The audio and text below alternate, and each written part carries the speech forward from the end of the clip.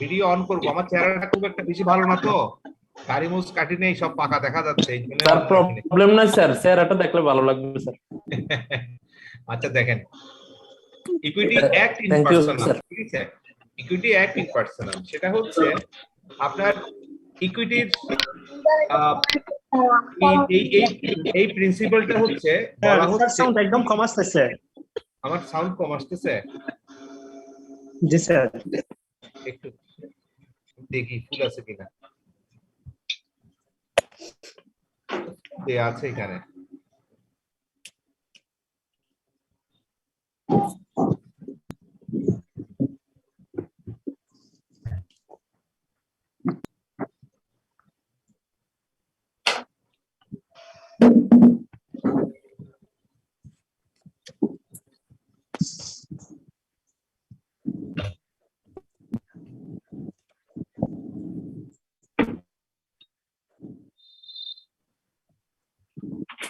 Equity act in personal শোনা যাচ্ছে এখন?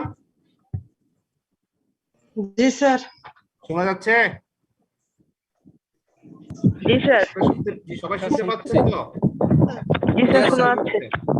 আচ্ছা, আমরা আজকে আলোচনা করব ইকুইটি অ্যাক্ট ইন পার্সোনাল। এটার অর্থটা আমি বলে দিই, সেটা হচ্ছে ইকুইটি ব্যক্তি কেন্দ্রিক কাজ করে। দ্যাট মিনস আপনি দেখেন যখন কোনো একটা বিরোধ, যখন কোনো একটা বিষয়ে বিরোধ উত্থাপিত হয়, সেই বিরোধের ক্ষেত্রে আমাদের বেশ কিছু বিষয় থাকে। যেমন সেই বিরোধে একাধিক পক্ষ থাকে, বা একাধিক পক্ষের ভিতর মধ্যে একাধিক ব্যক্তি থাকতে পারে। একাধিক ব্যক্তি থাকতে পারেন। আচ্ছা, আপনারা এখানে আইফোন যিনি লেখা আছেন ওনারা মিউট করেন, তারপরে এখানে ডেইজি উনি মিউট করেন।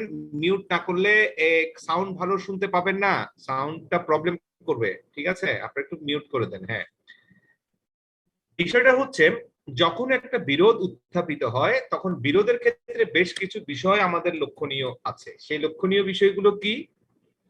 এখানে একাধিক পক্ষ থাকে, বিরোধ তার একে একে মানে এক একজনের মধ্যে হয় না, বিরোধ একাধিক পক্ষের মধ্যে হয়। একাধিক পক্ষ থাকে মানে এক পক্ষে বাদী পক্ষ থাকতে পারে, বিবাদী পক্ষ থাকে। তারপরে আবার বিরোধের একটা বিষয়বস্তু থাকে, বিষয়বস্তুটা হচ্ছে চুক্তি নিয়ে হতে পারে, বা প্রপার্টিও নিয়ে হতে পারে। প্রপার্টিটা মুভেবল প্রপার্টি হতে পারে বা ইমুভেবল প্রপার্টি হতে পারে। বিরোধ তো আসলে বিরোধের কোনো ক্লাসিফিকেশন নাই। বিরোধ, there are several kinds of disputed maybe arise among the person. হ্যাঁ, এটা হতে পারে সেভারাল কাইন্ড অফ ডিসপিউট, হ্যাঁ হতে পারে। সুতরাং এই যে সেভারাল কাইন্ড অফ ডিসপিউট যেটা আসছে, সেক্ষেত্রে গিয়ে আপনি একটা জিনিস খেয়াল করবেন যে আমি যে বললাম পার্সন, এই পার্সন হচ্ছে একটা, এইখানে এই বিরোধের মধ্যে পার্সন একটা বিষয়। এখন এই যে বিরোধটা যখন সৃষ্টি হতো, যখন কমন ল কোর্টে যখন এই বিরোধটা যখন আসতো, তো কমন ল কোর্টে কি করতো, এরিয়াটা ভাগ করা ছিল। এরিয়া ভাগ করা মানে যেটাকে বলে আমরা এখতিয়ার, জুরিসডিকশন। মানে এই পাঁচলাইশ এলাকা যদি আমার যে চান্দগাঁও এলাকা হয়, এই চান্দগাঁও এলাকার মামলা অমুক কোর্ট করবে, পাঁচলাইশ এলাকার মামলা অমুক কোর্ট করবে, অমুক এলাকার মামলা অমুক কোর্ট করবে। বিবাদী অন্য কোথাও থাকলে সেটা করা সম্ভব না। যেমন ধরেন আমি পাঁচলাইশে, আমি চান্দগাঁওতে আছি, আমার বিবাদী উনি ঢাকায় আছেন, তখন কোর্টে কমন ল কোর্ট সেটার কোনো বিচার করতে পারতো না। হ্যাঁ, আমি চান্দগাঁও আছি, আমার বিবাদী যদি চান্দগাঁও থাকে, তাহলে সেক্ষেত্রে বিরোধ, সেক্ষেত্রে আপনার বিরোধটা কমন ল নিষ্পত্তি করতে পারতেন। কিন্তু যখন আমি চান্দগাঁয়ে আছি, আমার বিবাদী যখন ঢাকায় আছে, সেটা কমন ল কোর্ট সেটার সমাধান করতে পারতেন না। তখন যারা এই ধরনের প্রবলেম ফেস করতো, তখন তারা ইকুইটি কোর্টের সামনে আসতো। তখন ইকুইটি এসে বলল যে বিরোধটা প্রপার্টিকে নিয়ে, বিরোধটা প্রপার্টিকে নিয়ে, কিন্তু কাদের মধ্যে বিরোধ সেটা হচ্ছে প্রথম বিষয়। কাদের মধ্যে বিরোধটা উত্থাপিত হলো সেটা হচ্ছে প্রধান বিষয়, এবং কারা সেটার ক্লেম করছে বা কারা অধিকারটা দাবি করছে সেটাই হচ্ছে মুখ্য বিষয়। প্রপার্টি যাই হোক, প্রপার্টি একজন ক্লেম করছে, প্রপার্টি নিজে বা বিরোধ নিজে তো বলছে না যে আমি অমুক পক্ষে যাব, আমি অমুক পক্ষে যাব। সুতরাং বিরোধ বিরোধের জায়গায় থাকুক, পক্ষরা যে দুই পক্ষ এই বিরোধটাকে নিয়ে মুখোমুখি হচ্ছে, এই বিষয়টাকে নিয়ে মামলা মোকদ্দমা করছে বা এই বিষয়টাকে নিয়ে তাদের অধিকার দাবি করছে, সেই অধিকারের দাবিটাতে যে পক্ষ যেখানেই থাকুক না কেন, মামলাটা করা যাবে, মামলাটা করা যাবে, বিরোধটা ক্লেম করা যাবে। দ্যাট মিনস খুব সিম্পল একটা কথা বলি, সেটা হচ্ছে প্রপার্টিটা ধরেন পাঁচলাইশে, এক পক্ষ থাকে চানগাঁও আর এক পক্ষ থাকে ঢাকায়। কোর্ট বলছে সে বিবাদী যেখানে থাকুক না কেন তার বিরুদ্ধে ইকুইটি অ্যাক্টেড আপন হবে এবং আইনের বিষয়গুলো অ্যাক্টেড আপন হবে। এই বিষয়টা হচ্ছে এই জন্য বলা হচ্ছে ইকুইটি ব্যক্তি কেন্দ্রিক কাজ করে, মানে ব্যক্তি যেখানে থাকুক না কেন সেখানে ইকুইটি কাজ করতে পারবে, কোনো সমস্যা নেই। এই নিয়ে একটা খুব ইন্টারেস্টিং একটা মামলা আছে। মামলাটার হচ্ছে আপনার pen versus Baltimore, PEN pen কলম, PEN pen versus Baltimore, pen versus Baltimore. এখন এই যে পেন ভার্সেস বেল্টিমোর, এই মামলাটাতে কি হয়েছিল দেখেন। এই মামলাটাতে স্যার এটার ইয়েরটা কবে, সনটা কবে স্যার বলেন 1760 সালের 1760 সাল। কেন বলছি বলেন তো? কারণ এই মামলা দিয়ে ইকুইটির অ্যাক্ট ইন পার্সোনালটা শুরু হয়েছিল, এই জন্য 1760 সালের মামলাটা বলছি, ঠিক আছে? এটা দিয়েই যাত্রা শুরু হয়েছিল। পেন ভার্সেস বেল্টিমোর 1760 সালে।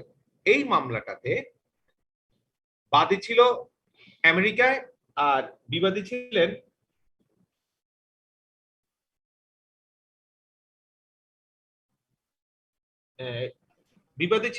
ইংল্যান্ডে।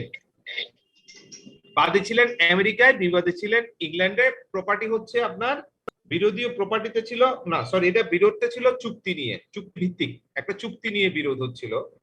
দুই পক্ষ চুক্তি করলো, চুক্তি করলে দেখা গেল এক পক্ষ একজন থাকে আমেরিকাতে।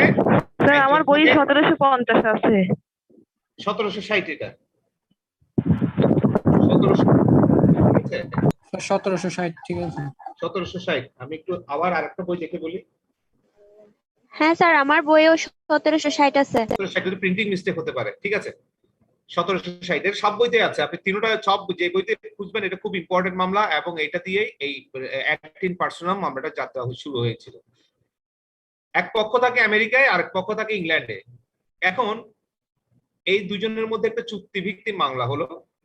তখন বাদী যখন মামলা করলো আমেরিকা থেকে, তখন বিবাদী এসে শেল্টার নিল যে না, আমি ইংল্যান্ডে থাকি, আমার উপর এই চুক্তিটা প্রবণ হবে না। তাহলে সাবজেক্ট ম্যাটারটা কি? চুক্তিটা সাবজেক্ট ম্যাটার, দুই পক্ষ দুই জায়গায় থাকে। কমন ল কোর্ট বলছে যে এটা আমরা রিলিফ দিতে পারবো না। তখন তারা ইকুইটি কোর্টে আসলো। ইকুইটি কোর্ট বললো যে না, যেখানেই থাকুক না কেন পক্ষরা, যে ব্যক্তি যেখানেই থাকুক না কেন, এটা ব্যক্তি কেন্দ্রিক কাজ করবে। কারণ ফাইট করছে কারা? আপনি একটু করে চিন্তা করে দেখেন, একটা প্রপার্টি, একটা বাড়ি নিয়ে দুই পক্ষ রহিম এবং করিম মামলা করছে। বাড়িটা তো বলে না আমি করিমের কাছে যাব বা আমি রহিমের কাছে যাব, এটা বলে না। কিন্তু করিম এবং রহিম দুইজনেই কিন্তু সেই বাড়িটা পাওয়ার জন্য কোর্টে ফাইট করছে। এখন করিম থাকে ধরেন এক জায়গায় আর রহিম থাকে এক জায়গায়, কিন্তু বাড়িটা হচ্ছে আরেক জায়গায়। তো যেখানেই থাকুক না কেন, কথা হচ্ছে ব্যক্তি যেখানে আছে সেখানেই এটা কাজ করবে, কোনো সমস্যা নাই। সে এখানে থাকুক, এখানে থাকুক, ইংল্যান্ডে থাকুক, লন্ডনে থাকুক, যেখানে থাকুক, তার বিরুদ্ধে সেটা কার্যক্রম হবে। এই জন্য আমাদের কোর্টে যখন কোন জাজমেন্ট দেয়, যদি বলে স্যার আমি বিদেশে থাকি, এই থাকি সেই থাকি, আপনি যেখানে থাকেন না কেন, আপনার কোর্টের যদি আপনার সমন জারি হয়, যথারীতিভাবে প্রসিডিউর অনুযায়ী যদি ডিগ্রি হয়, আপনার বিরুদ্ধে যদি আদেশ হয়, তাহলে আপনি যেখানে থাকেন সেই আদেশটা আপনি মানতে বাধ্য। তো এই জন্যই বলা হচ্ছে ইকুইটি অ্যাক্ট ইন পার্সোনাল। বিষয়বস্তু দিয়ে ইকুইটি চলবে না, ইকুইটি চলবে পক্ষ নিয়ে। পক্ষ মানে ব্যক্তি, ব্যক্তি যেখানেই থাকুক না কেন ইকুইটি সেভাবেই কাজ করবে। যে বিষয়বস্তু যেখানে আছে শুধু সেখানে হিসেবে কাজ করবে, বা সেই ব্যক্তি সেই বিষয়বস্তুর কাছে থাকতে হবে, বা দোনো পক্ষ এক জায়গায় থাকতে হবে, এমন কোনো কথা নেই। Equity act in personal. এই ক্ষেত্রে আমি ছোট্ট একটা বিষয় আমি আপনাদেরকে এক্সাম্পল হিসেবে বলি। আমরা যদিও ইংলিশ লতে ইকুইটি অ্যাক্ট ইন পার্সোনাল করি, কিন্তু এই ইকুইটির এই বিষয়টা কিন্তু আমাদের মুসলিম লতে, আমাদের আইনে, ধর্মীয় আইনে, শুধু মুসলিম লতে না, আমাদের ধর্মীয় আইনেও কিন্তু সেটা স্বীকৃত। দেখেন, ধর্মীয় ল যেটা বলা হচ্ছে যে একজন ব্যক্তি তার ধর্মকে বিশ্বের যেখানে যাক না কেন সেখানেই সাথে করে নিয়ে যায়। আপনি আমেরিকাতে যদি গিয়ে কোনো একটা কাজ করতে চান, ধর্মীয় কোনো একটা কাজ, ধরে নেন আপনি আমেরিকা দিয়ে আপনি একটা বিবাহ করতে চাচ্ছেন, তাহলে কি আপনি কি আমেরিকার রুল অনুযায়ী করবেন? নো, আপনি করবেন মুসলিম আইনের রুল অনুযায়ী, শরিয়া আইনের রুল অনুযায়ী। তেমনি একটা হিন্দু যদি একই কাজ করে, ধর্মীয় কোনো কাজ করতে যায়, তাহলে সে হিন্দু ধর্ম অনুযায়ী করবে, যদিও সেও আমেরিকাতে। তাহলে দেখেন এখানেও কিন্তু ধর্মটাও কিন্তু পার্সন হিসেবে কাজ করছে। তো এখানে ইকুইটির যে বিষয়টা থিমটা দ্বারা করি,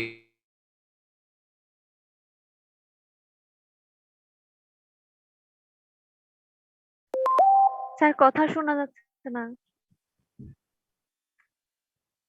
স্যার আওয়াজ আসতেছে না স্যার, কেন আওয়াজ আসবে না কেন? এইমাত্র আসলো স্যার। আসতেছে স্যার। মাত্র আসছে। প্রবলেমটা কেন? আচ্ছা আমি হেডফোন লাগাচ্ছি, হেডফোন লাগিয়ে কথা বলছি আমি।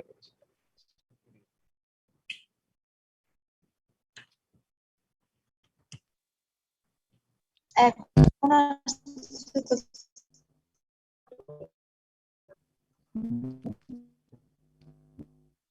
এখন শুনতে পাচ্ছেন? স্যার শোনা যাচ্ছে? জি স্যার। এখন জি স্যার। এখন শুনতে পাচ্ছেন? জি স্যার। এখন স্পষ্ট শোনা যাচ্ছে? স্যার ওকে, আপনারা মিউট করে রাখেন, আমি হেডফোন লাগিয়েছি, আমি হেডফোন দিয়ে কথা বলছি। কারণ আপনি আনমিউট রাখলে কিন্তু আমার হেডফোনে কিন্তু আমার মাথায় একটু মানে স্বাভাবিকভাবে বুঝেন তো। এখন স্যার হ্যাঁ হ্যাঁ, এখন স্যার, বিষয়টা হচ্ছে, স্যার ওয়ালাইকুম আসসালাম স্যার হ্যাঁ, কি বলেন বলেন।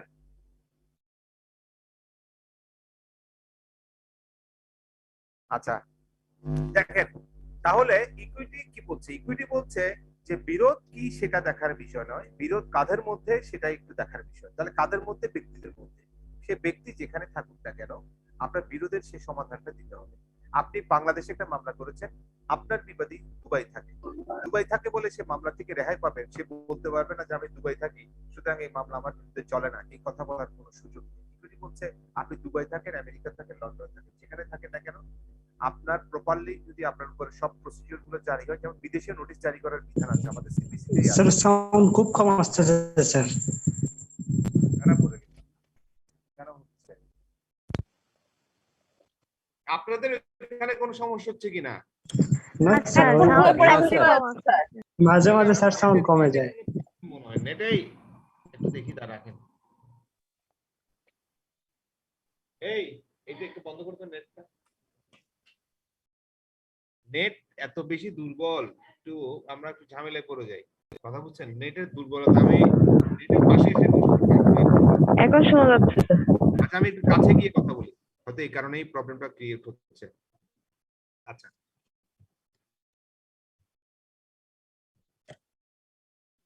আপনাদের তো ফিজিক্যাল ক্লাস মনে হয় শুরু হতে পারছে, পেপারে দেখছেন 28 অক্টোবরের পরে ফিজিক্যাল ক্লাসের একটা দেয়া হয়েছে, যে ফিজিক্যালি ক্লাস নেওয়ার বিষয়টা চিন্তা ভাবনা করবে গভর্নমেন্ট। তো ফিজিক্যালি ক্লাস হলে তখন আপনি কি করবেন? ফিজিক্যালি করবেন তো সবাই? পার্টিসিপেট কমে যাবে স্যার। স্যার ফিজিক্যাল প্লাস ওই যে অনলাইনও স্যার একযোগে যদি স্যার দুইভাবে কার্যক্রম চালানো হয় তাহলে ভালো হয় স্যার। একযোগে কি হয় নাকি? মানে একদিন অনলাইন হবে, একদিন ফিজিক্যাল হবে, এরকম? জি স্যার, এরকম হলে ভালো হয়। স্যার এটাই সুবিধা স্যার, অনলাইন। ঠিক আছে, আমরা যারা দূরে আছি মানে আমাদের দুইভাবে সাথে করে online 4 দিন স্যার। এরকম করলে হবে, ভালো হয়েছে। ঠিক আছে, একটা ব্যবস্থা ইনশাআল্লাহ হবে। আমাদের মেয়েদের জন্য সুবিধা স্যার অনলাইন। তবে এক তৃতীয়াংশের স্টুডেন্টরা কিন্তু অনলাইনেই মত দিচ্ছেন। আচ্ছা ঠিক আছে, অসুবিধা নেই, এটা দেখা যাবে ইনশাআল্লাহ। যেটাই হোক, কারণ এখন আমার কথা তো শোনা যাচ্ছে না? জি স্যার। জি স্যার। আমি ক্যামেরাটা অফই থাকুক, ক্যামেরাটা অফ থাকলে কথাটা একটু ভালো শোনা যায়, ক্যামেরা থাকলে একটু মনে রেজোলিউশনের প্রবলেম। আচ্ছা এখন জি স্যার। দেখেন, এই যে ইকুইটি অ্যাক্ট ইন পার্সোনামটা খুবই ইন্টারেস্টিং একটা জিনিস। সেটা হচ্ছে এই যে বললাম ইকুইটিও, যে দেখেন আমাদের ধর্মীয় আইনগুলোতেও কিন্তু এই ধরনের অনেক বিষয় রয়ে যায়। তো স্বাভাবিকভাবে ধর্মীয় আইনগুলোতে থাকলেও এটাকে শুধু ইকুইটি আরো একটু স্পেসিফিক করেছে। ধর্মীয় আইনে বলা হচ্ছে একজন ব্যক্তি যে দেশেই যাক না কেন, যেখানেই যাক না কেন, তার ধর্ম তার সাথে সাথে সেখানে যায়, এই বিষয়টা বলা হচ্ছে। ইকুইটি এটাকে একটু ইলাবোরেট করেছে। ইকুইটি বলছে ব্যক্তি যেখানে থাকুক না কেন সে কখনো মানে ইয়ে থেকে রক্ষা পাবে না, তাকে সেখানে যেখানেই থাকুক সেখানে তার আইনগত বাধ্যবাধকতাগুলোর জন্য তাকে জবাবদিহি করতে হবে। দ্যাট মিনস আপনার একটা প্রপার্টির আপনার যিনি তার যার সাথে আপনার ডিসপিউট, দুবাই থাকেন, উনি বলতে পারবেন দুবাই থাকে বলে তার বিরুদ্ধে মামলা চলবে না, বিষয়টা ঠিক নয়। সে দুবাই থেকে মামলা চালাবার মতো অনেক প্রসিডিউর আছে, এগুলো আপনারা পরে জানবেন। বলে সে যেখানেই থাকুক না কেন ব্যক্তি কেন্দ্রিক কাজ করবে, তার বিরুদ্ধে আপনি ইমপ্লিমেন্ট করতে পারবেন, তার বিরুদ্ধে আইনগত যে প্রতিকার সেগুলো আপনি চাইতে পারবেন। বিষয়টা হচ্ছে ওইখানে। ঠিক প্যান ভার্সেস বাল্টিমোর মামলাটাতেও ঠিকভাবে ডিসিশন হয়েছিল। বিবাদী আমেরিকায় থাকে আর বাদী বোধহয় লন্ডনে থাকে। হ্যাঁ, বিবাদীর বিরুদ্ধে তাহার আমেরিকায় অবস্থিত। হ্যাঁ, বিবাদী আমেরিকায় থাকে, ইংল্যান্ডে থাকে, বাদী ইংল্যান্ডে থাকে। তো চুক্তি প্রবলের মামলায় তো বলছেন যে আপনি ইংল্যান্ডে থাকেন, আমি আমেরিকায় থাকি, চুক্তি প্রবলের মামলা এখানে হবে না। তো চুক্তি প্রবলের মামলা আপনি চুক্তি করতে পেরেছেন, আপনি কোথায় থাকেন এটা দেখার বিষয় নয়। আপনি যেখানেই থাকেন না কেন, আমার যে লাইবিলিটি, আমার প্রতি যে একটা দায়বদ্ধতা, আপনাকে সেই দায়বদ্ধতাটা অবশ্যই মান্য করতে হবে। So you cannot get rid of this from such obligation. You cannot deny the obligation that framed by the contract. তো সুতরাং আপনার যে বাধ্যবাধকতাগুলো চুক্তির মাধ্যমে করা হয়েছে, যেটা আপনাকে ফ্রেমের ভেতর আনা হয়েছে, সেখানে অবশ্যই আপনাকে মানতে হবে। এই কারণে বলা হচ্ছে ইকুইটি যাই হোক না কেন, ইকুইটি একটা রিলিফ দিতে চায়, ইকুইটি একটা সলিউশন দিতে চায়। সুতরাং প্রপার্টি কি হচ্ছে, ডিসপিউট ম্যাটার কি, বিষয়বস্তু কি, সেটা দেখার কোনো ইকুইটি এটা সেটা দেখবে না। ইকুইটি দেখবে ব্যক্তি কোথায় আছেন, ব্যক্তি যেখানেই থাকুক না কেন সেই ব্যক্তি কেন্দ্রিক ইকুইটি কাজ করবে। ওকে, এখন আমাদের আসলে বেসিক্যালি যে ইকুইটির যে প্রিন্সিপালগুলো আমাদের সবগুলোই আমরা এখন যে বিষয়টাতে যাব সেটা হচ্ছে আমাদের ইকুইটিতে বাংলাদেশের আইনে ইকুইটির ব্যবহারটা আমরা একটু আলোচনা করব। ইকুইটির ব্যবহারটা একটু আলোচনা করব, বাংলাদেশের আইনে কোথায় কোথায় ইকুইটির ব্যবহার হয়। এবং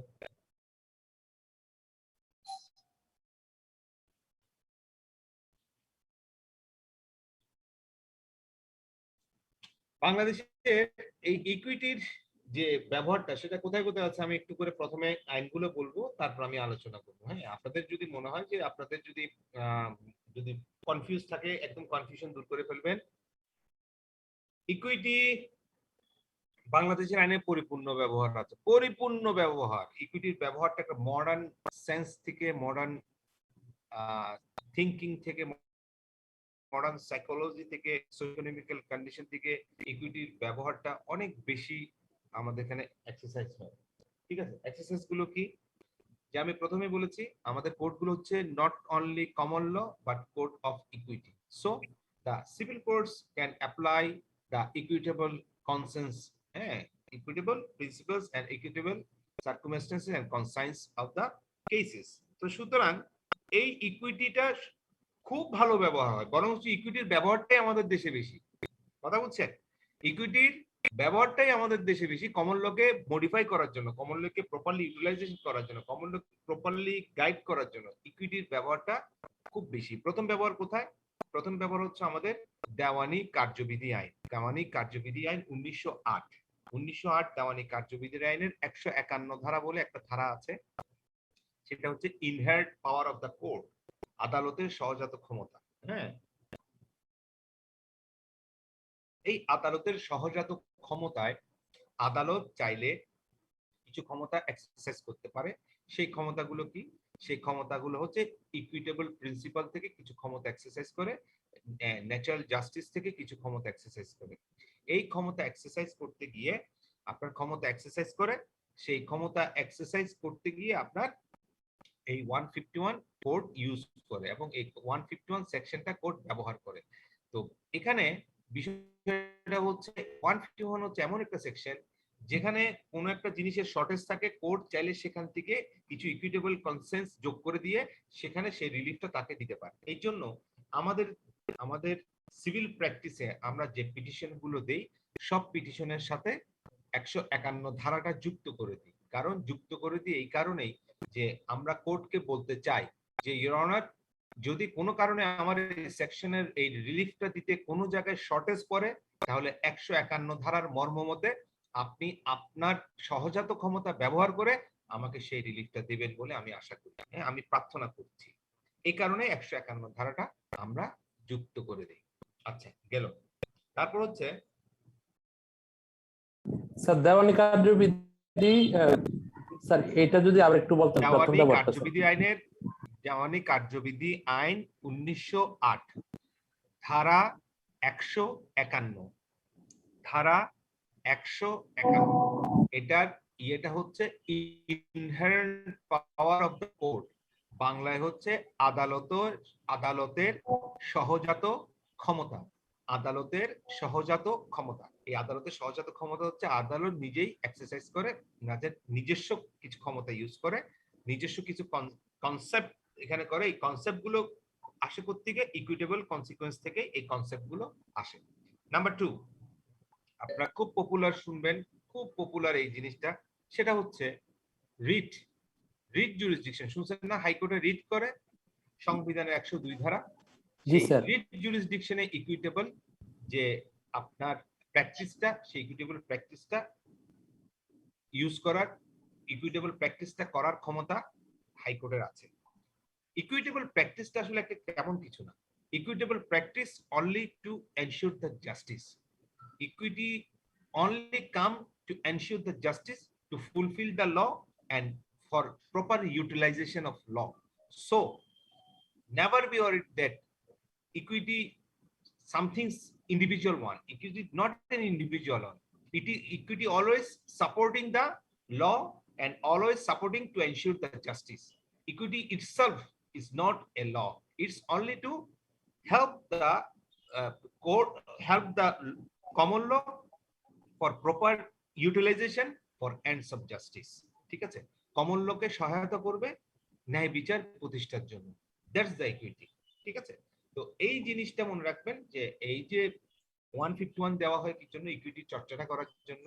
ওদিকে রিট জুরিসডিকশন থাকে ইকুইটির চর্চা করার জন্য। ফান্ডামেন্টাল রাইটস এর বিরুদ্ধে যখন এটা ইউজ করা হয় তখন ইকুইটির চর্চাটাও সেখানে চলে আসে।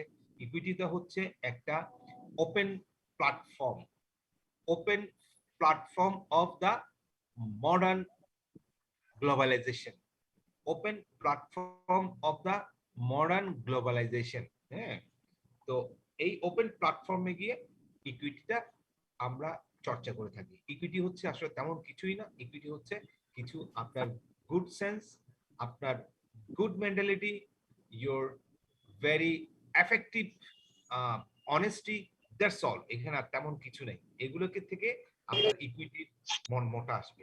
ইকুইটি হচ্ছে সবসময় মনে রাখবেন বি পজিটিভ। আমরা যে কথাটা বলি, equity is always be positive, it never be done any negative activities.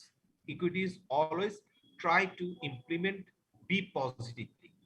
হ্যাঁ, ইকুইটি সবসময় চেষ্টা করবে একটা পজিটিভলি একটা অ্যাপ্লিকেশন রাখার জন্য। তো for this reason you always should remember the equity always acted positively and equity always acted to fulfill the law. Equity always acted to ensure the proper justice. তো এই কারণে আমরা ইকুইটির ব্যবহারটা আপনার 151 এ রাখা হয়েছে। সিপিসি মানে সিভিল প্রসিডিওর কোড আপনার কনস্টিটিউশনের 102 তে রাখা হয়েছে, আর্টিকেল 102 তে সেটাও রাখা হয়েছে। তো সেইখানেও আমরা চর্চা করতে পারি। এরপরে ইকুইটির চর্চা কোথায় আছে দেখেন, আপনারা শুনেছেন না ইনজাংশন? আপনারা অনেকে ইনজেকশন করে, ইনজেকশন নাই, ইনজাংশন। হ্যাঁ, INJUNCTION, ইনজাংশন, নিষেধাজ্ঞা। শুনেছেন নিশ্চয়, টেম্পোরারি ইনজাংশন। কিছু হইলে বলে না আই ইনজাংশন জারি করে দিন, বলে না, শুনছেন তো অনেকে, এই আই ইনজাংশন কেন করে খাসাই, আই ইনজাংশন জারি করে দিন। এই ইনজাংশনটা হচ্ছে একটা ইকুইটেবল রিলিফ। ইনজাংশনটা কি? ইনজাংশনটার ক্ষেত্রে কোর্টে ইকুইটেবল রিলিফ অ্যাপ্লাই করে, ইকুইটিটা অ্যাপ্লাই করে, সেন্স গুলো অ্যাপ্লাই করে। যদিও ইনজাংশনের একটা সিপিসি তে অর্ডার 39 বলে একটা রুল আছে, রুল থাকলেও এটা ইকুইটেবল রিলিফ হিসেবে কাউন্ট করা হয়, ইকুইটেবল রিলিফ হিসেবে কাউন্ট করা হয়। এবং এই ইকুইটেবল রিলিফ দেওয়ার সময় কোর্ট 151 ভেরি মাচ অ্যাপ্লাই করে এবং ভেরি মাচ এটা প্র্যাকটিস করে, চর্চা করে। হ্যাঁ, এটা ইয়েটা করে। তো ইনজাংশনটা হচ্ছে it's an order of the court to do or not to do something, এটা আদালতের একটি আদেশ during pendency of the suit, এটা আদালতের একটি আদেশ দা মামলা চলমান থাকা অবস্থায় আদালত কোনো কিছু করা বা না করা থেকে বিরত রাখে। ঠিক আছে, দ্যাটস কল্ড দা ইনজাংশন। হ্যাঁ, ইনজাংশনটা হচ্ছে এমন একটা বিষয়, যেমন আমি একটা এক্সাম্পল, আমরা ইনজাংশনটা পুরো ডিটেইলস পড়বো, আপনারা খুব ইন্টারেস্ট পাবেন। আমরা এরপর পরবর্তী আমি নেক্সট ক্লাসে আমি ইনজাংশনটা শুরু করব। আজকে আমরা কিছু বিষয় আলোচনা করছি, ইকুইটির বাংলাদেশি ইকুইটি চর্চাটা আলোচনা করছি, আমরা ইনজাংশনটাও আলোচনা করব। হ্যাঁ, তো এরপরে হচ্ছে আপনার ইকুইটির যে ইনজাংশনটা হচ্ছে আপনার কোনো একটা প্রপার্টি, ধরেন আপনি একটা মামলা করলেন, মামলা করার পর আমরা জানি অনেক সময় কিছু ল্যান্ড গ্রেভার মানুষ থাকে, কিছু মাসেলম্যান থাকে, কিছু ক্ষমতাধর ব্যক্তি থাকে, যারা আপনাকে জোরপূর্বক হয়তো কোনো আপনার প্রপার্টি থেকে আপনাকে উচ্ছেদ করতে চাচ্ছে, বা আপনাকে কোনো কারণে সে প্রপার্টি থেকে সে রাখবে না, সে চাইছে তুই আর বিরুদ্ধে কিলে মামলা করছিস, তোরে গায়ে জাগাতুন তুলে দিও জাগাতুন। এগুলো প্রায় শুনে থাকেন, আমি আসলে এই জন্য বললাম, চট্টগ্রামের ল্যাঙ্গুয়েজে বলে দিচ্ছি, প্রায় শুনবেন যে আর বিরুদ্ধে মামলা করছিস তুলে দে মারিয়ে নে, এই ধরনের বিষয় ঘটে যায়। এখন ব্যাপারটা হচ্ছে এই ধরনের কোনো রিলিফ আগে কমন লোতে ছিল না, এরপরে কমন লোতে কিছু রিলিফ দেওয়া হয়েছে যে না, মানুষ যখনই আদালতের আশ্রয়ে আসবে, আদালতের উচিত তাকে একটা শেল্টার দেওয়া, বা আদালতের উচিত তার যদি প্রপার ডকুমেন্টস থাকে তাকে একটা ইনস্ট্যান্ট রিলিফ দেওয়া। সেটা কেমন? একটা নিষেধাজ্ঞা যারা, যিনি থ্রেট দিচ্ছেন তাকে নিষেধাজ্ঞা যারা এই প্রপার্টিতে না ঢুকতে দেওয়া, বা তাকে প্রোটেক্ট করা, তাকে প্রোটেক্ট করে যাতে সে এই প্রপার্টিতে ঢুকতে না পারে, সে এখানে তার সে অন্য কারো প্রপার্টি, সে বাদীর প্রপার্টির উপর যাতে হ্যাম্পার করতে না পারে, সে বাদীর প্রপার্টি বাদী শান্তিপূর্ণ দখলে যাতে কোনো বিঘ্ন সৃষ্টি করতে না পারে, এই জন্য একটা নিষেধাজ্ঞা কোর্ট দিয়ে থাকেন। আপনারা প্রায় শুনবেন ইনজাংশন, কোর্টে ইনজাংশন ইস্যু করছে, এই ইনজাংশনটা হচ্ছে নিষেধাজ্ঞা, এই নিষেধাজ্ঞাও হচ্ছে ইকুইটেবল রিলিফের একটা অংশ। ঠিক আছে, তারপরে হচ্ছে রিসিভার। রিসিভারটা হচ্ছে তত্ত্বাবধায়ক, বাংলাটা হচ্ছে তত্ত্বাবধায়ক। তত্ত্বাবধায়ক হচ্ছে, ধরেন আমি একটা এক্সাম্পল দিয়ে আপনাদের ক্লিয়ার হয়ে যাবে। একটা 5 তলা বিল্ডিং আছে, 5 তলা বিল্ডিং এর 10টা ফ্ল্যাট, 2 ভাই মালিক, এক ভাই বিদেশে থাকে, এক ভাই দেশে থাকে। এখন বিদেশ থেকে ওই ভাই এসে বলছে যে আমি এখানে 5টা ফ্ল্যাট পাবো, অর্ধেক জায়গা পাবো, কিন্তু আমার ভাই এটা আমাকে দিচ্ছে না। সে এটা বলে একটা মামলা করলো। এখন মামলা করার পর সে কোর্টকে এসে জানালো যেখানে 10টা ফ্ল্যাটের ভিতরে 5টা ভাড়া প্রাপক আমি আর 5টা ভাড়া প্রাপক ও, কিন্তু আমি বিদেশে থাকার সুযোগে সে পুরো ভাড়াটাই নিয়ে নিচ্ছে। সুতরাং এখন কোর্টের কাছে আমি প্রার্থনা করছি, কোর্ট একটা রিসিভার নিয়োগ করেন, যাতে রিসিভার সেই বিল্ডিংটা থেকে ভাড়া যেগুলো আছে সেখানে ভাড়া হতে শুরু করে, যা যা মেইনটেনেন্স আছে সেটা করে, এবং বাকি টাকাটা কোর্টের ফান্ডে জমা দেয়। কেন দেয়? কারণ কোর্টের ফান্ডে জমা দিবে এই কারণেই যে এই মামলাটাতে 5 বছর, 10 বছর, 20 বছর, অনেকদিন চলতে পারে। যদি এরকম মামলা চলে, তাহলে আলটিমেটলি আমার যে ভাড়ার অংশ, আমার যে আইনগত অধিকার, সে অধিকারটা ক্ষুণ্ণ হতে পারে। ক্ষুণ্ণ হতে পারে এই ধরনের পসিবিলিটি থেকে, ক্ষুণ্ণ হতে পারে এই ধরনের পসিবিলিটি থেকে রিসিভারটা দেওয়া হয়। তো রিসিভারটা হচ্ছে এটাও একটা ইকুইটেবল রিলিফ, যে নিষ্পত্তি হওয়ার আগে একটা ইকুইটেবল। কারণ মামলা, দেখেন কোন একটা মামলা করার পর, কোন একটা মামলা আপনি করলেন, করার পর সে মামলার ভিতরে অনেক এডিনটেরিম ইন্টারেস্ট থাকতে পারে, এডিনটেরিম ইন্টারেস্ট থাকতে পারে। সেই এডিনটেরিম ইন্টারেস্ট গুলো যদি আপনার যদি কোনো কারণে চলে যায়, আপনি 5 বছর মামলা চালালেন, দেখা গেল সে প্রপার্টি থেকে আপনার যে ইনকাম হচ্ছে সেখান থেকে 20,000 টাকা আপনি প্রাপ্ত, তাহলে 5 বছর যদি চলে যায়, 5-12-60 মাস, 5-12-60 মাসে 20,000 টাকা করে হলে আপনার কত টাকা হয় দেখেন, প্রায় 12 লাখ টাকা। সে 12 লাখ টাকা আপনার কাছ থেকে আপনার অধিকার, এটা সে অধিকারটা চলে যাচ্ছে। তখন কোর্ট সে অধিকারটাও রক্ষা করার জন্য আপনাকে একটা এডিনটেরিম একটা নিউট্রাল একটা অর্ডার দিতে পারে। নিউট্রাল অর্ডার কি? এই রিসিভার নিয়োগ করে দিলাম, রিসিভারের প্রপার্টিটার টাকাটা নিয়ে, খরচ যা হয় সেটা নিয়ে, আর বাকিটা কোর্টের ফান্ডে জমা রাখবে। কোর্ট যখন ডিসপিউট যখন সলভ হয়ে যাবে, কোর্ট সে সময় প্রপার্টিটা ভাগ করে দিয়ে দিবে। এই জন্য বলা হচ্ছে রিসিভার নিয়োগ করা। রিসিভার হচ্ছে আপনার অর্ডার 40 তে সিপিসি, সিভিল প্রসিডিওর কোডের অর্ডার 40 তে রিসিভার আছে, আর সিভিল প্রসিডিওর কোডের অর্ডার 39 এ নিষেধাজ্ঞা আছে। ঠিক আছে, এই হচ্ছে আপনাদের বাংলাদেশি আইনের যে আপনার। আরেকটা হচ্ছে সুনির্দিষ্ট চুক্তি সম্পাদন। আগে এই যে বললাম অ্যাক্টিং পার্সোনাম বা অন্য কিছু বিষয়, এই বিষয়গুলো আগে ছিল না, এখন সেই বিষয়গুলো আসছে। এখানে সুনির্দিষ্ট চুক্তি সম্পাদন।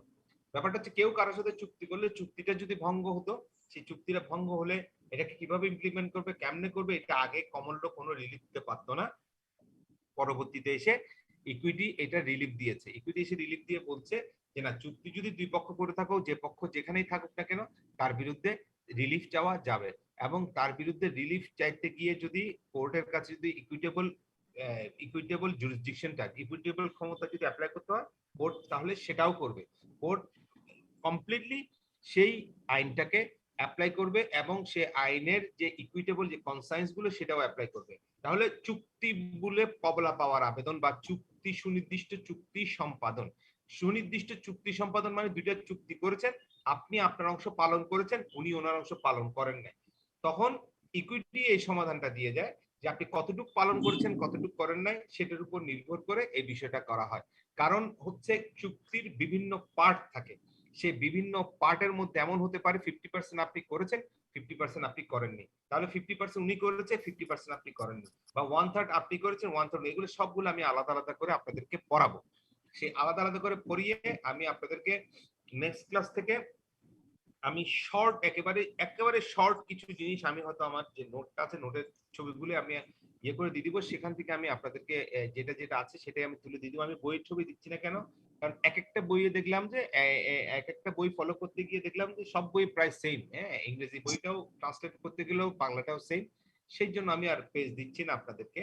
কিন্তু নেক্সট ডে যে টপিকসটা আমি পড়াবো, ইনজাংশনের হয়তো বা আমি আপনাদের ইয়েটা দিয়ে দিব, আপনাদের টপিকসটা ছোট করে দিয়ে দিব, আমাদের শর্ট নোটগুলো দিয়ে করে দিব। হ্যাঁ, সেখান থেকে আমি একটা একটা করে ধরে ধরে আমি আপনাদেরকে পড়াবো।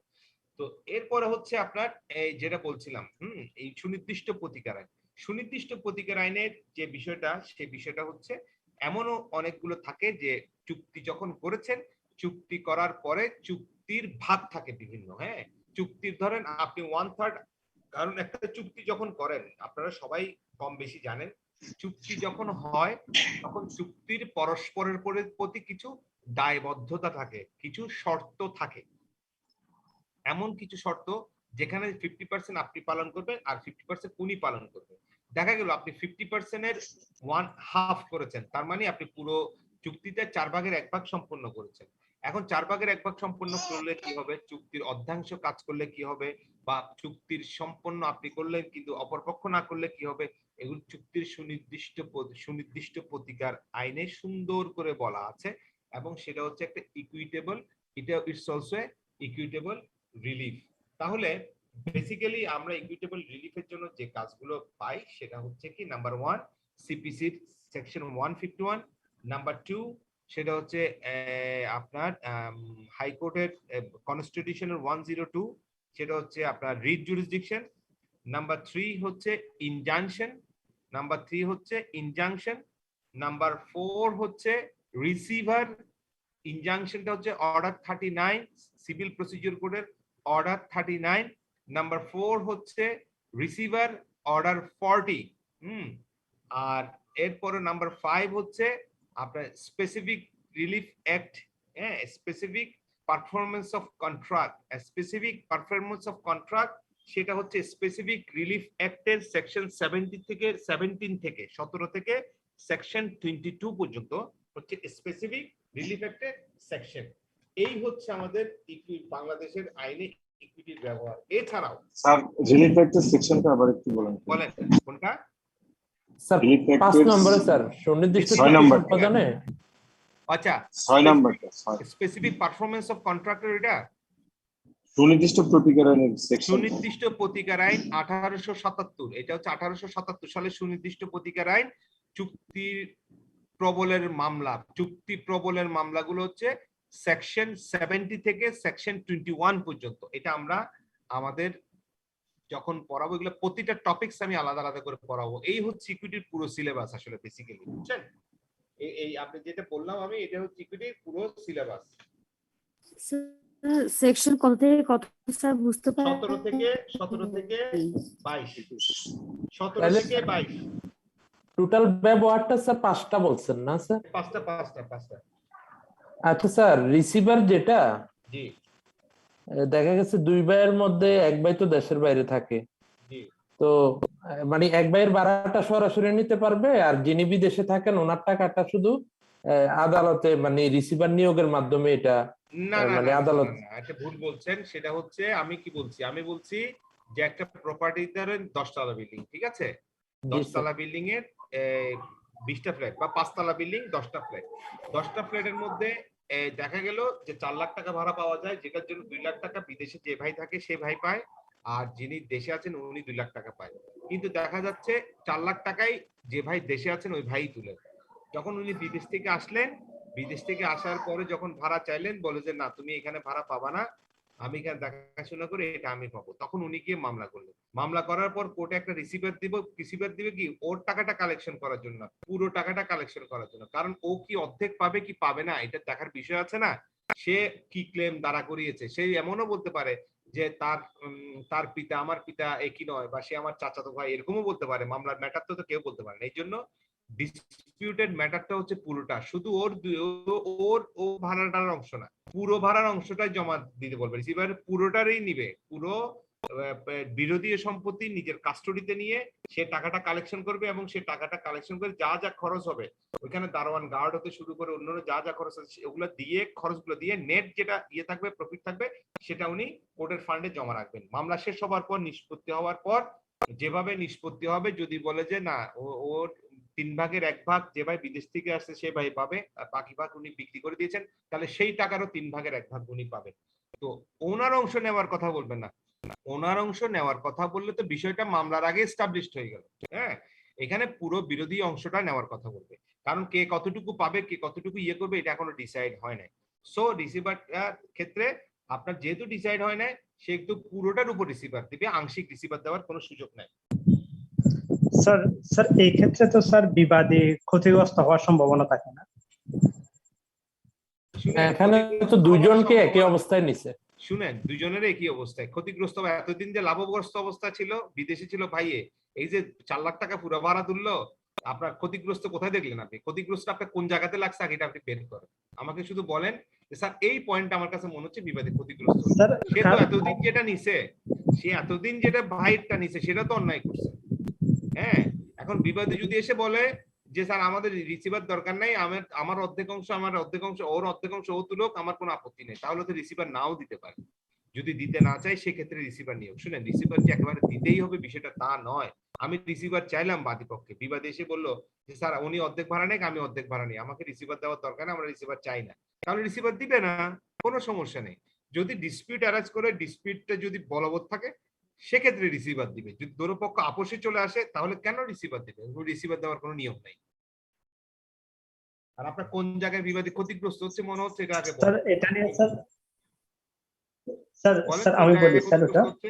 স্যার দেখা যাচ্ছে স্যার একটা বিল্ডিং, ওই বিল্ডিংটার স্যার ভাড়া দিয়ে স্যার আপনি শুধু বিবাদী আমাকে পক্ষ স্পেসিফিক চলতেছে, মানে বলেন। দেশে জেলে শুনেন আছে। শুনেন, আপনি আমাকে এক্সাম্পল দেওয়ার দরকার স্যার নেই। আপনার কোন জায়গায় মনে হচ্ছে বিবাদী ক্ষতিগ্রস্ত হচ্ছে ওইটা আমাকে বলেন শুধু। এখন স্যার রিসিভার যখন দেবে স্যার, তখন তো উনি যে স্যার ভাড়াটা নিয়ে স্যার চলতো, ওটাও তো পাবে না মামলা শেষ হওয়ার আগে কেন যেটা পর্যন্ত, কারণ চলতো ওটা তো সেটা কোর্টে অন্যায় না? জমা থাকবে। সে ভাইয়ের অংশটা যেটা নিয়ে চলতো সেটা অন্যায় না? স্যার এটা তো স্যার কোর্টে প্রমাণ হয় না এখনো পর্যন্ত, মামলা চলাকালীন তো স্যার ওটা প্রমাণ হয় না, যখন প্রমাণ হয়ে যাবে ওটা তখন তো মামলা শেষ। শুনেন শুনেন শুনেন শুনেন, আপনারা আসলে সমস্যা হচ্ছে কি, আমি মানে আমি মনে করি আপনাকে টু বললে আপনারা কু এটাও বুঝতে পারেন, এখন কুটাও আমার বলতে হবে। দেখা যাচ্ছে আপনি কি, এটা কি খাজা বাবার দরবার? আপনি চাইবার সাথে সাথে কি রিসিভার পাবেন? আপনি খাজা বাবার দরবার না তো, আপনি গেলেন হাত তুললেন, খাজা বাবা আমাকে এই জিনিসটা দাও, এটা এরকম না। এটা আপনি গিয়ে আপনার দলিল পত্র দিবেন, আপনি প্রমাণপত্র দিবেন, আপনি ডকুমেন্ট দিবেন। ডকুমেন্ট দেওয়ার পর কোর্টের কাছে মনে হবে যে না এখানে একটা সত্যতা আছে, প্রাইমা ফেসি আছে, হ্যাঁ সে তার ভাই, আপন ভাই, তার বাবার সম্পত্তি, সবকিছু প্রাইমা ফেসি দেন রিসিভারটা ইলাও হবে। চাইলেই পাইবেন এমন কোনো কথা এখানে নাই। বুঝিয়েছেন? জি স্যার, জি okay, sir, thank you clear? Sir. জি স্যার, থ্যাংক ইউ আমি স্যার। ডিটেইলস পড়াবো, খুব সুন্দর করে ডিটেইলস পড়াবো। when court will pronounce an order for receiver, একটা একটা করে পড়াবো, টেনশন করার কোনো কারণ নাই। আপনাদের একটা একটা পড়াবো। এটা শুধু ইকুইটির ব্যবহারটা বলছি, ইকুইটির কি কি ব্যবহারগুলো, কোন কোন ক্ষেত্রে ইকুইটি গুলো অ্যাপ্লাই হয়, যেটা একটা ইকুইটেবল রিলিফ।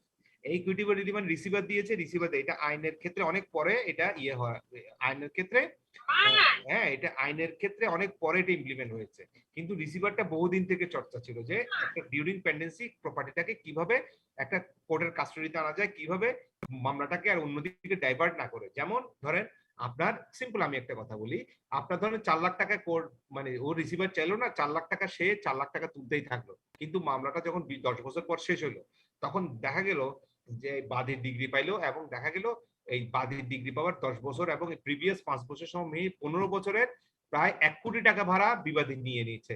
তাহলে এই 1 কোটি টাকা বাদীর যেটা আইনগত অধিকার, সেটার জন্য বাদী আবার মামলা করতে হবে না, আবার মামলা করতে হবে। সবসময় কোর্ট সবসময় চায় to protect multiplicity of the suit, that means একাধিক যাতে মামলা না হয়, একাধিক যাতে মামলা না ধরে, একাধিক যাতে মামলা একটা মামলা থেকে যাতে অক্টোপাসের মতো একাধিক মামলা না হয়, সেক্ষেত্রে মামলাগুলো প্রোটেক্ট করার জন্য, সেক্ষেত্রে মামলাগুলোকে স্টপ রাখার জন্য কোর্ট যদি কোনো ইন্টারলোকিউটরি মানে এডেন্টেরিয়াম কোনো একটা অর্ডার দেওয়ার সুযোগ থাকে, সেক্ষেত্রে কোর্ট এই এডেন্টেরিয়াম অর্ডার গুলো দেয়। এডেন্টেরিয়াম মানে মামলা চলাকালীন সময়টাকে বলা হয় এডেন্টেরিয়াম টাইম, এডেন্টেরিয়াম অর্ডার। তো এডেন্টেরিয়াম অর্ডারটা হচ্ছে মামলা যতদিন চলবে ততদিন এডেন্টেরিয়াম, ইনজাংশন দিতে পারে, রিসিভার দিতে পারেন, এগুলো হচ্ছে এডেন্টেরিয়াম অর্ডার। ঠিক আছে, এডেন্টেরিয়াম অর্ডার গুলো দেওয়ার সুযোগ আছে। আর কারো কোনো প্রশ্ন আছে? স্যার স্যার 2 নাম্বারটা কি বলছিলেন? কোনটা? 2 নাম্বার যে মানে কনস্টিটিউশনের মধ্যে 102 এর মধ্যে ইউজ হয়। সংবিধান, হ্যাঁ বুঝছি, 2 নাম্বারটা ইনজাংশনের আগেরটা। প্রথমে বলেছি রিট পিটিশন স্যার, ওইটা রিট পিটিশন বলেছি, রিট পিটিশন, হ্যাঁ thank you sir. Writ petition. হ্যাঁ আপনার টিভিতে দেখেন না প্রায় অমুক আইন হয়েছে এই জন্য রিট রিট করে দিছে, মানুষ ইয়ে করে বলে না রিট, হাইকোর্টে রিট করে যে ওই রিট আর কি, রিট পিটিশন। স্যার স্যার বলতেছি, যদি নীতিমালা প্রশ্নটা আসে ওখানে কি আমাদের বাংলাদেশের প্রয়োগটা লিখতে হবে? বাংলাদেশের প্রয়োগ চাইবে আপনাকে, যদি বলে যে ইকুইটির ব্যবহার, আমাদের দেশে ইকুইটির ব্যবহার আলোচনা করো, 5 নাম্বার 6 নাম্বার বা 10 নাম্বার থাকতে পারে, আমি যেগুলো বলেছি সুন্দর করে আলোচনা করে দিবেন, পয়েন্ট পয়েন্ট করে। 5টা পয়েন্ট বলেছি না, এই 5টা পয়েন্ট আলোচনা করে দিবেন সুন্দর করে, একেবারে 10-এর ভিতরে মিনিমাম 8-9 পেয়ে যাবেন। স্যার। আচ্ছা বলেন স্যার পয়েন্ট 6টা বলছেন না স্যার? 5টা না 6টা বলছি আমি ঠিক খেয়াল নাই। 5টা স্যার, 6টা। 5টা। সুনির্দিষ্ট চুক্তি সম্পাদন, সুনির্দিষ্ট প্রতিজ্ঞাপন। সুনির্দিষ্ট চুক্তি সম্পাদনটা হচ্ছে সুনির্দিষ্ট প্রতিকার আইনের অধীনস্থ, এটা দুটোই একটা, দুটো আলাদা আলাদা না। ঠিক আছে স্যার। আচ্ছা স্যার, বলেন। দেখা গেছে এই আমি একজন মানে দোকানদারকে ভাড়া দিলাম আমার দোকানটা, তো হঠাৎ করে আমি ভাড়া বেশি মানে ওনার থেকে চাচ্ছি, সেক্ষেত্রে উনি আদালতে একটা মামলা করে, দেখা গেছে মামলা করার পরে দেখা গেছে মানে উনি ভাড়াটা আদালতের মাধ্যমে আমাকে দিচ্ছে, তাইলে স্যার এটা রিসিভারে করতেছে না স্যার? না, আদালতের মাধ্যমে এটা করছে, আপনার আদালতই তখন আপনার পক্ষে, আপনার আদালতই তখন এটা হচ্ছে র্যান্ট কন্ট্রোল অফিসার হিসেবে আদালত কাজ করবে। দ্যাট মিনস ঘর ভাড়ার অফিসার আপনার পক্ষে কোর্টে ভাড়াটা জমা নেবে, এটা রিসিভার না। রিসিভার হচ্ছে কোর্ট নিজেও হতে পারেন, বাইরে হতে পারেন। আমি রিসিভার যখন করাবো তখন আমি আপনাদের ডিটেইলস বলবো, কে who can be appointed receiver, যখন বলবো ক্লিয়ার হয়ে যাবে। আমি এখন রিসিভার পড়াচ্ছি না আপনাদেরকে, আমি বলছি রিসিভারটা ইকুইটেবল একটা প্র্যাকটিস। আমি রিসিভার এখন আসি নাই, তো আপনারা তো টেনশন করলে কেমনে হবে? আমি রিসিভার এখন আসি নাই, আমি রিসিভারটা যখন পড়াবো আমি 3টা ক্লাস নিব, আমি রিসিভার 3 দিন ক্লাস নিব। আপনার রিসিভার ডিটেইলস একটা বিষয়। হ্যাঁ এখন রিসিভারের আমি জাস্ট বললাম যে রিসিভারটা হচ্ছে ইকুইটির একটা প্র্যাকটিস যেটা আমাদের দেশে হয়, শুধু এই কথাটা বলেছি। এবং রিসিভারের জাস্ট আপনি জিস্টটা বলেছি, জাস্ট মিন্স সারটা বলেছি, সারমর্মটা। আমি এখনো ডিটেইলসটা যাই নাই। ডিটেইলস যখন আমি যাব তখন দেখবেন রিসিভার কি জিনিস, এটা কোথায় অ্যাপ্লাই হয়, কে কে রিসিভার হতে পারে, সবকিছু আপনাদের ক্লিয়ার হয়ে যাবে। আমি নেক্সট ক্লাসে ইনজাংশন ধরবো, তারপরে রিসিভার, আচ্ছা রিসিভার হলে রিসিভারও ধরতে পারি নেক্সট ক্লাসে, আমি রিসিভারই ধরবো। নেক্সট ক্লাসে আমি রিসিভারই করাবো আপনাদেরকে। রিসিভার নিয়ে যখন আপনাদের এত ইন্টারেস্টিং, তো রিসিভার নেক্সট ক্লাসে রিসিভারই ধরবো। রিসিভারটা আপনারা একটু করে নেবেন। হ্যাঁ রিসিভারটা দিয়ে আমরা আমাদের প্রথমেই শুরু করবো ইকুইটেবল ইয়েটা, ঠিক আছে? আচ্ছা এরপর আসেন সুনির্দিষ্ট প্রতিকার আইনের তাহলে বাংলাদেশে যদি বলে যে বাংলাদেশের আইনের সুনির্দিষ্ট প্রতিকারের ব্যবহারটা, আমি আশা করি আপনারা পারবেন। হ্যাঁ, আমার আশা করি যে আপনারা সেটা খুব ভালোভাবেই পারবেন এবং আপনাদের সেটা পারা উচিত বলে আমি মনে করি আর কি। হ্যাঁ, এই যে 5টা বলেছি, এই 5টাই এর বেশি আর কোনো ব্যবহার বাংলাদেশে নাই।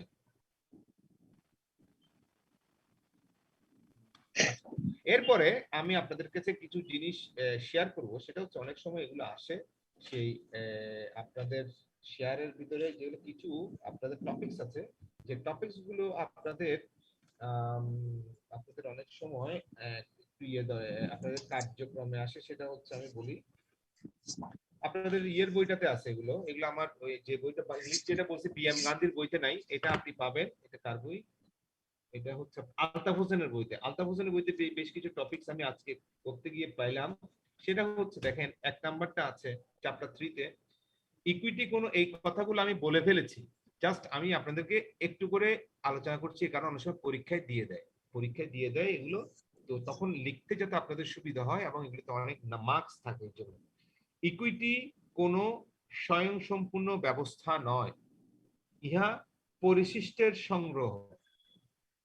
এটা আমি যে কথাটা এতদিন বলে এই বেশ কিছুক্ষণ ধরে আমি কথাটা বলে আসতেছিলাম, ইকুইটি কোনো স্বয়ংসম্পূর্ণ আর নয়, এটা শুধু help to implement the proper of common law, help to ensure the justice, that's all। এগুলো এখানে লিখেছে, আর কিছুই নাই। ঠিক আছে, ওই কথাগুলোর ইয়েটা হচ্ছে এখানে। এই যে বলে এটা কোন সম্পূর্ণ কোন আইন না, এটা হচ্ছে আইনকে যথাযথভাবে হেল্প করে প্রয়োগ করার জন্য, জাস্টিস এনশিওর করার জন্য সুবিধা করে। একটু আপনি একটা মিনিট লাইনে থাকেন স্যার, একটু রিপিট করবেন কোশ্চেনটা। 1 মিনিট, আমি একটু লাইনে থাকো। আমি 1 মিনিট পর আপনাদের সাথে কথা বলছি আবার। আমি 1 মিনিট পর আমি শুরু করবো আবার। একটু